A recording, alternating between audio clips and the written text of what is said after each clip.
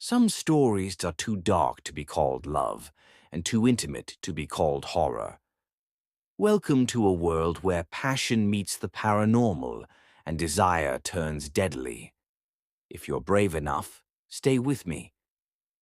This is not just a story. This is a confession. The girl in flat 402. It was a heavy June evening when I first moved into the apartment, the kind of heat that clings to your skin even after the sun has gone. The building was old, vintage, some would say, but it felt more forgotten than nostalgic.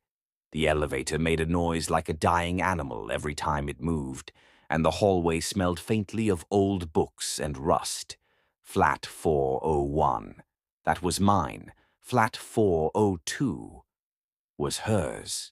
I first saw her while dragging a cardboard box labeled Books and Regrets into my new place. Her door opened just a crack, enough for her to peer out. Her eyes were dark, magnetic, the kind that study you before you even realize you're being watched. Then the door shut. No greeting, just a whisper of perfume that lingered far too long. The next time I saw her was on the balcony. She was wearing a long silk robe, the color of deep burgundy wine. Her hair was tied up loosely, neck exposed, one leg tucked under the other as she smoked a cigarette like it was a ritual. I stepped out to water a half-dead cactus and nodded awkwardly. She looked over slowly, held her gaze for a moment, too long, and smiled. "You're the new boy," she said. "Yeah," I replied. "Flat 401, just moved in."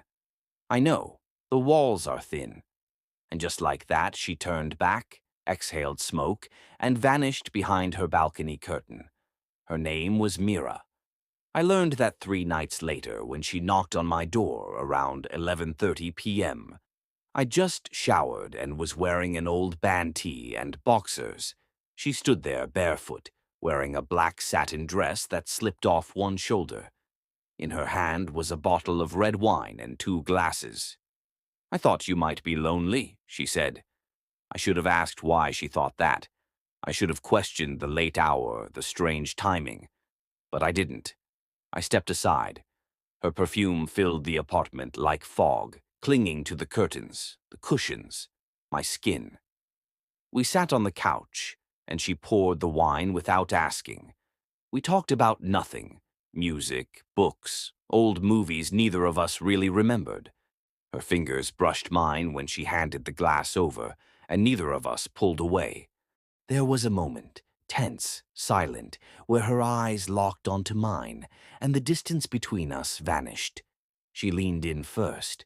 Her lips were soft, cold at first, like she'd come in from winter. Then the kiss deepened, slow and consuming. I pulled her closer. The glass fell, wine soaking into the carpet unnoticed. We didn't make it to the bed.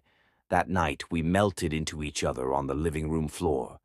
Her moans were quiet, deliberate, like she was holding something back. Like she wasn't alone inside herself.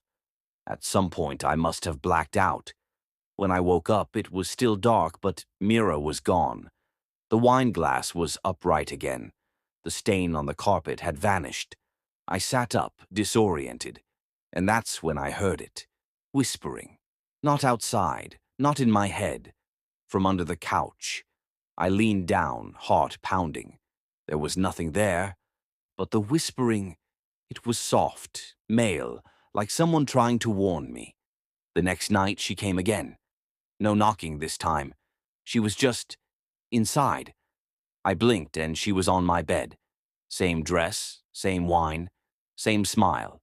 We kissed again, this time slower, hungrier. But the whole time I felt watched. Afterward, as she lay beside me, tracing her fingers over my chest, she said softly, "Do you want to see something beautiful?"